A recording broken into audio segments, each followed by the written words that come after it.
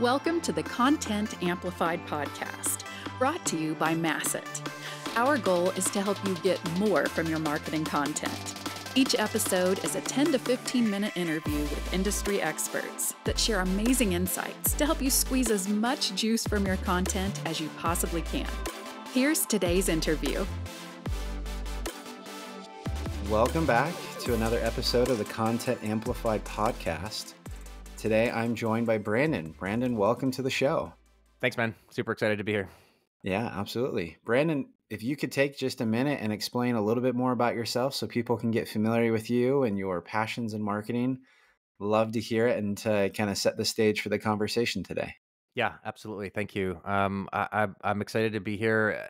I would say like Content Amplified is what I do. So the name of your show kind of jumped right out at me when I had the opportunity to come on. I come from a content marketing school through and through.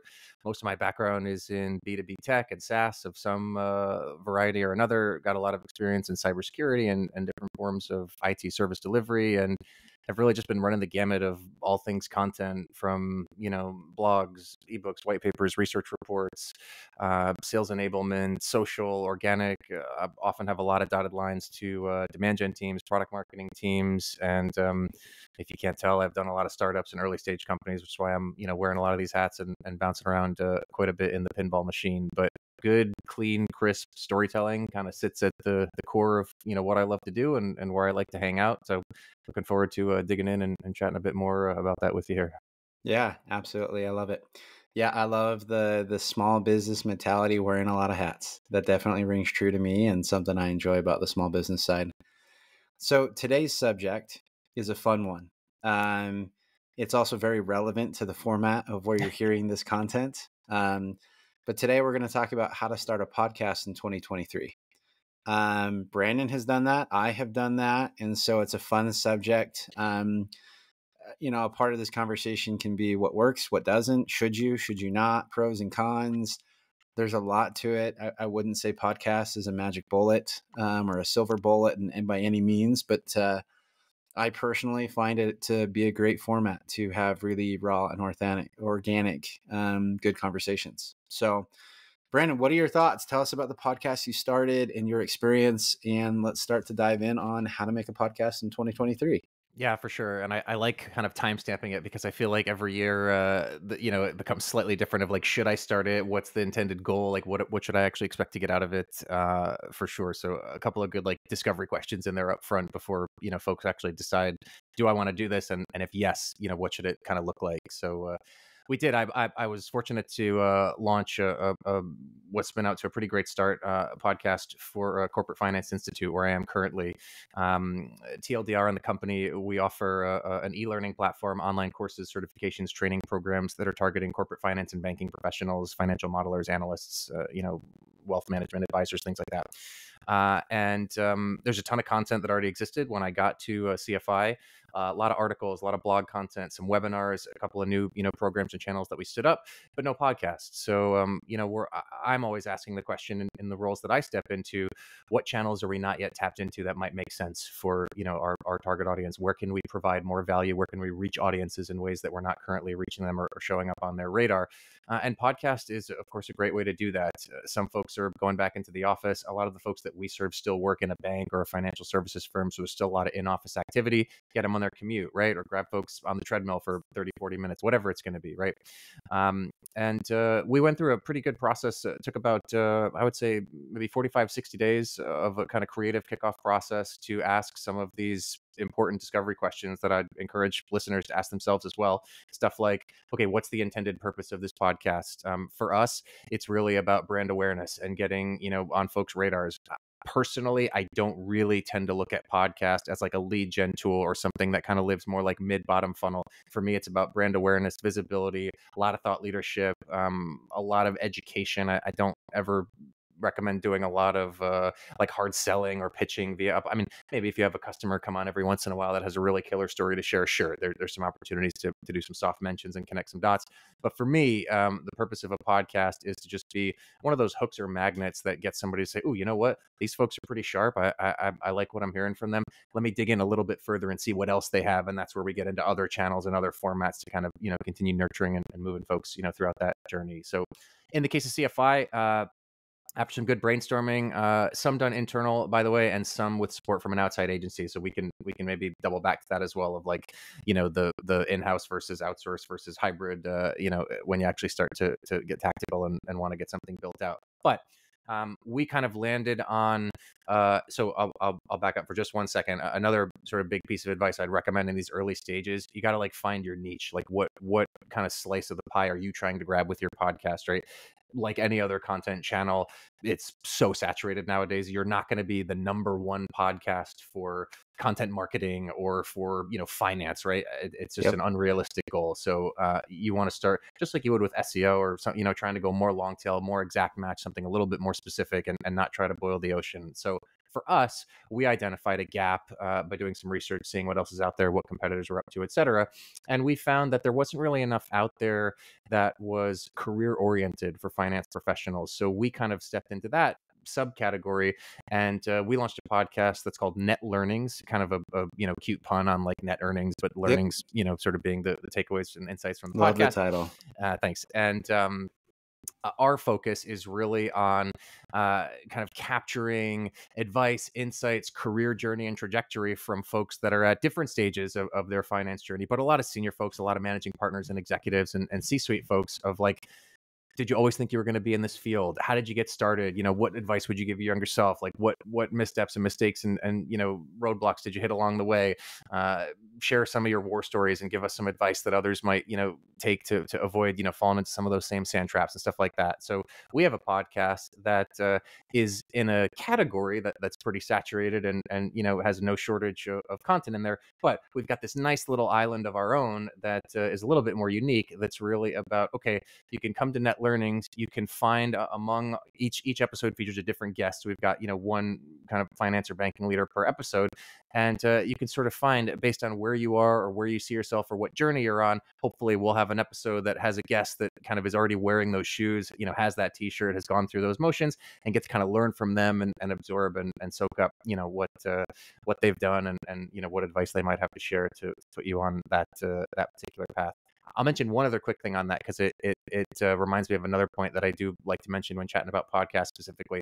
Another one of those like discovery questions up front that you want to ask yourself is, do I want to build a show where in an ideal world, all of my listeners are excited about every episode? Or do I want to build something that is not necessarily like all things to all people, but it's very relevant and very valuable in those little pockets and in those segments? So we're a little bit more in the latter camp. Net Learnings is not necessarily designed to say, no matter what type of finance professional you are, every episode is going to be this incredible journey. Now, if you're really into it and you want to get a sprinkling of different verticals and different applications and such, sure, there's a lot in there. But I think we skew a little bit more toward you don't need to be hooked on to every single episode, but the ones that you do find that are very relevant to your career path and journey, or the ones that really feature guests that resemble where you want to see yourself several years down the road, you're just going to be chomping at the bit for the insights from those particular episodes. So again, just another kind of item on the list of questions of like how to sort of frame and think about what's the goal, who's my intended audience, when and where in the journey do I want people to capture value. It's very difficult to as with any content channel, to be everything for everybody all at once, right? So I do encourage folks to kind of pick a niche, both in terms of like topic selection and category and vertical, as well as to think about who do I want to be in the room, so to speak, listening, watching, etc., for various episodes. Yeah, I love that. So you've outlined a really good process to say, okay, should I start a podcast, right? Is my audience going to be receptive to that? Who is my audience? And I love how you put it, but really, how can I provide value? How can I provide value that isn't already being served up, that does tie into my business, that shows that I know what I'm doing, but at the same time, how do I provide value to my ideal customer? And then really asking some of these other hard questions of like, where is my content going to be consumed? Right. Yep. You know, I think that's a good point about, well, should I have every episode? Are they just going to be subscribed to my podcast and they're going to listen through everything just like a Netflix series? Or is this content possibly going to live on my website or somewhere else where it's a little bit easier to kind of pick and choose some of the specific subjects, things like that? So I think this is a fantastic model for saying, okay, cool. I understand what I'm going to do. I understand that I'm going to do it. Once you do that logistically, Yeah. you know, those first few episodes, like just trying to get them out, just trying to understand like the nature of running a podcast. Yep. What do you recommend? What are your first like initial thoughts? Okay, cool. You're going to do it. Where do I go from there? Yeah, great question. I'll give a couple thoughts on that. Number one, whenever possible, I would really encourage folks to invest in just a little bit of hardware and software. You could see you and I are chatting on some decent, mics and headphones. We're using Riverside to record this, which is a great, virtual, remote, accessible podcast platform. Zencaster is also great and budget friendly. There's, higher end stuff like OpenReel and real, fancier higher end remote recording technologies.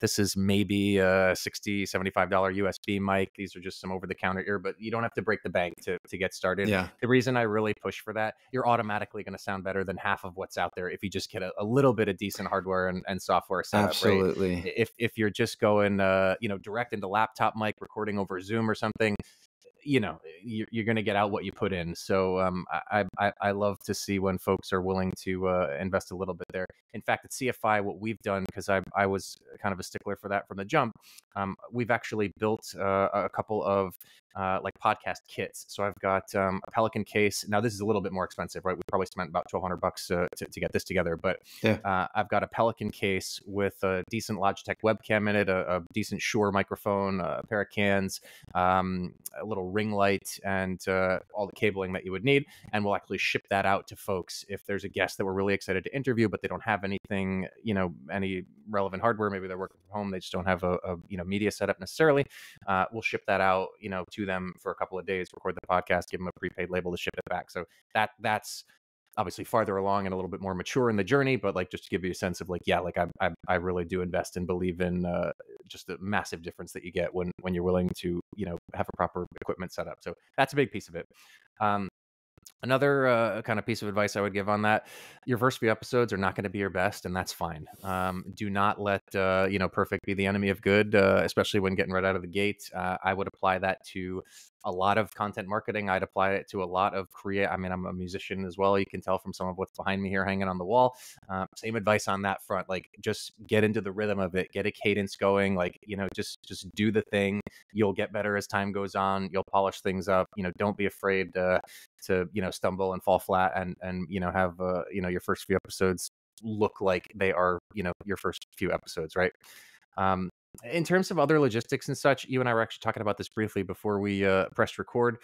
Great to have a backlog when you can. And what I mean by that is front loading a couple of interviews. If you're going to publish one episode per week or one episode every 2 weeks, you're going to sleep a lot better at night and you're going to be a little bit more comfortable with your editorial calendar and production schedule. If you're not, doing post-production on something late Monday, trying to schedule it for the following morning, to ship on Tuesday, right? I do like to publish on Tuesdays, by the way, as a small note there as well. Just good kind of time of the week in general. And I've seen Tuesdays and Thursdays, I've seen kind of best engagement for this type of content in my own personal experience. But you want to try to front load and have a little bit of a backlog whenever possible, so they're not scrambling to get content out the door, and really invest in what I might describe as like some of the peripheral content that's related to the episode. So like we're doing this interview right now, that's like the core asset, right? That's the hero of this podcast. We've got, audio if you're listening, or of course, we've got our video here if you're watching. But that's just one piece of it, right? We should be thinking about taking this and grabbing some of our better, golden nuggets throughout the episode and extracting those out as shorter clips that we can use, on social different platforms, especially places like TikTok or like YouTube Short. Some of these I don't want to call them newer channels, but places that are really booming right now in terms of like short form Yeah. tutorial, like how to, very quick hits of like, teach me how to do X in, 30 seconds or 60 seconds, or just enough to kind of whet the appetite. So repurposing and extracting clips, having quote cards, right? And again, in terms of like budget or resourcing, like I've worked with a lot of folks that will say, well, like, we don't really have a marketing department. I don't know that I have resources for this. Canva, I'm like the stuff is out there, and it's become more accessible than ever, right? Um, a lot of tools, I think Riverside might do this, actually, the one that we're in right now. A lot of these recording tools will automatically render a transcript for you. Great. Take Yep. that transcript, go over to ChatGPT, drop that in there and say, hey, give me, 4 or 5 social media posts I can use to promote this episode, right? So I could do a whole separate rant on some of these AI tools and what I like and don't like about them. But in some ways, like in the ways that make sense, not to replace good strategic work and creative thinking, but to sort of outsource low level production and administrative work, you should absolutely be leveraging ChatGPT, Jasper, whatever, Midjourney, if you need help building creative and imagery and stuff, whatever it is. But take advantage of these tools to round out your primary episode with all those other kind of secondary, tertiary assets that can help build it out. So that there's probably a couple of things we could chat about in terms of like the logistics of like ramping up. I might have jumped the gun a little bit more toward once you're actually recording and have stuff out in the wild, like how to promote and syndicate and squeeze more value out of it. But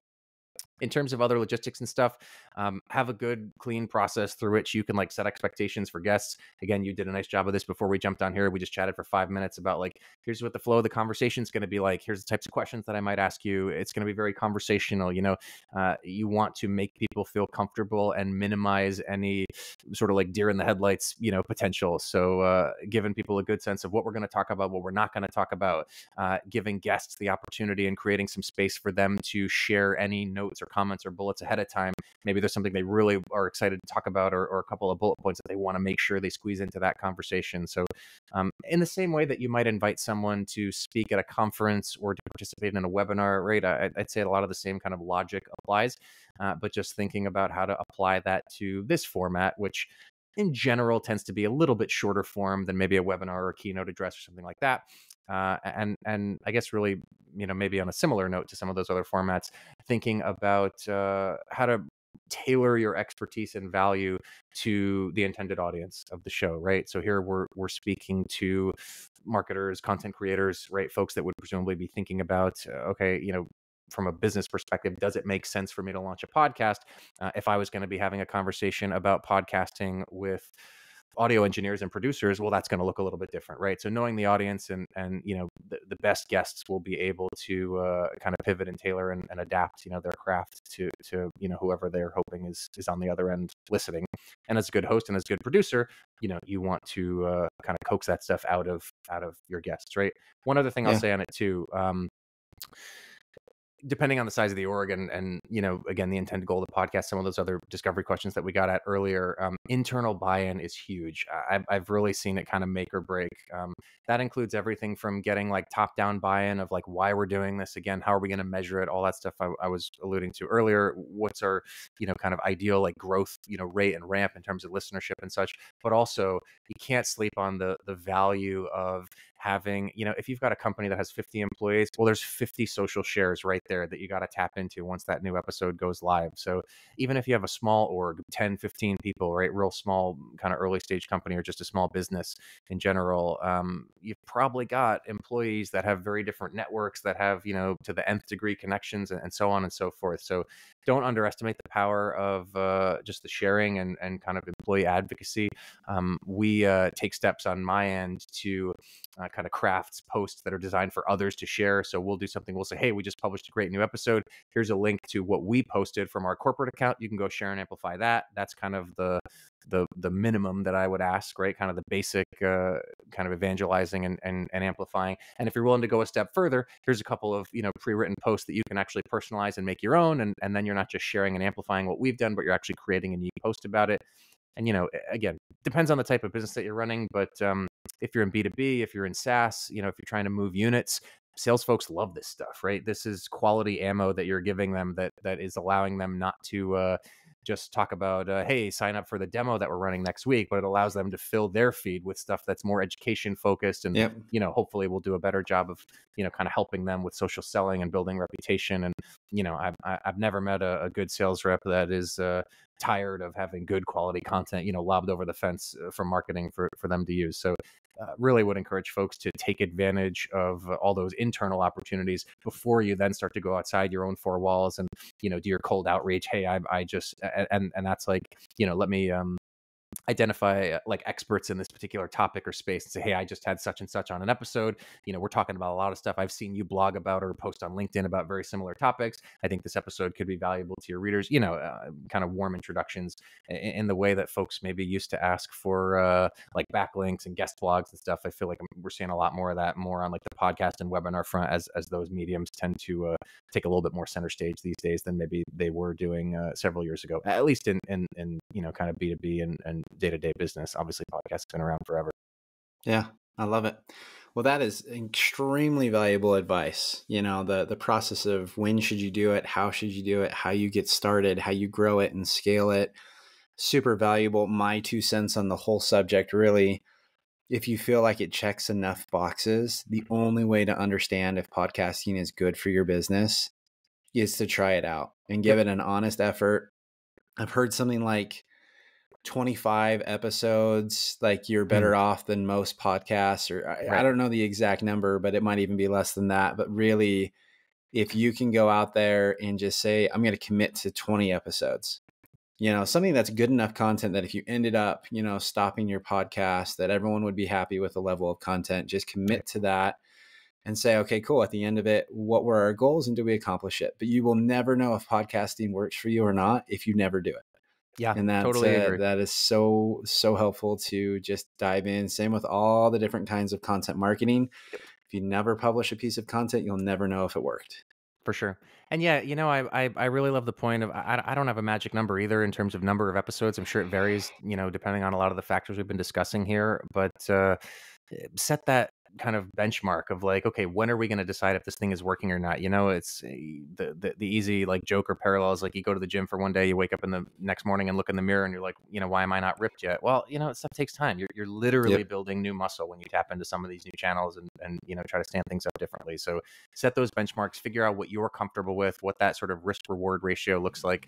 The other thing I would add on to your comments, as far like in the grand scheme of a lot of these different channels and content formats, podcast is relatively low risk.